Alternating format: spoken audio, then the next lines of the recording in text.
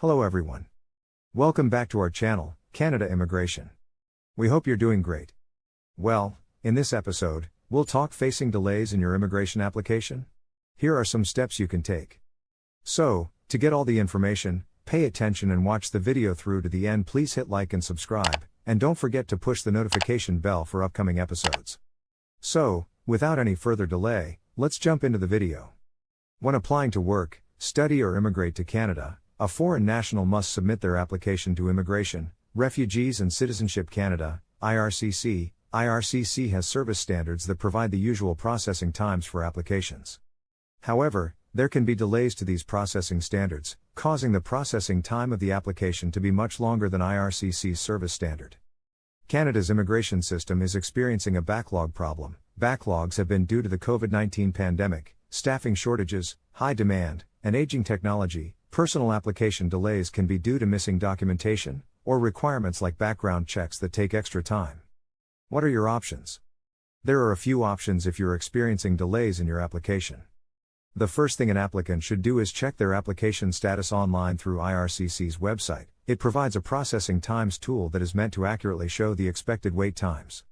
It is important to ensure that all documentation is complete and up to date, in order to avoid any unnecessary delays. Once this is done, you may file a web form inquiry or call the IRCC Customer Center to see if they can provide you with a substantive response as to the reason for the delay. In your application, if the inquiries to IRCC go unanswered or are unsatisfactory, you can try asking a local member of parliament to file a status update request. For applications submitted after 2010, you can also file an ATIP, or an Access to Information and Privacy application. An ATIP is a request for an applicant's Global Case Management System, GCMS, notes. Along with the GCMS notes, they can request their Computer-Assisted Immigration Processing System, CAPS, notes or their Field Operations Support System, FOSS, notes. These notes will give you an idea about if anything is wrong in your application, or if the IRCC officer has noted concerns or doubts about your application. It also provides an opportunity to submit additional evidence addressing those doubts. If necessary, you can also hire a lawyer to submit a formal request letter via the IRCC web form. This letter will emphasize that the processing time has exceeded the average processing time for the sort of application you are applying for, the efforts you have made to follow up with IRCC, and how the delay has negatively impacted you. Applying for an order of mandamus.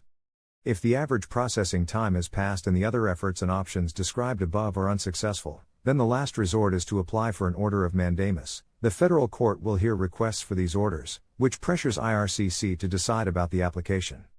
It is recommended that you hire a lawyer to help you through this process. The threshold for an order of mandamus is high. Obtaining an order will hinge on whether the applicant has exceeded the average processing time and is subject to unreasonable delays.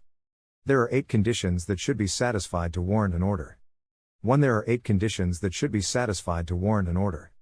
2. There must be a public legal duty to act, to process the application.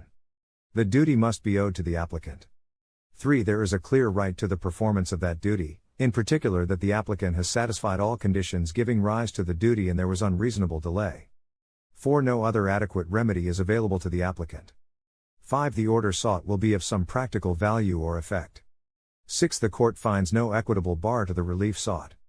7. On a balance of convenience, an order of mandamus should be issued.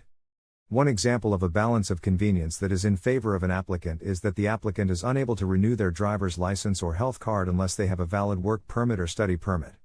Waiting to hear about your application can be a stressful process that takes time and money. It is important to stay informed about the status of your application, to be proactive in updating your file and correcting any errors and being patient.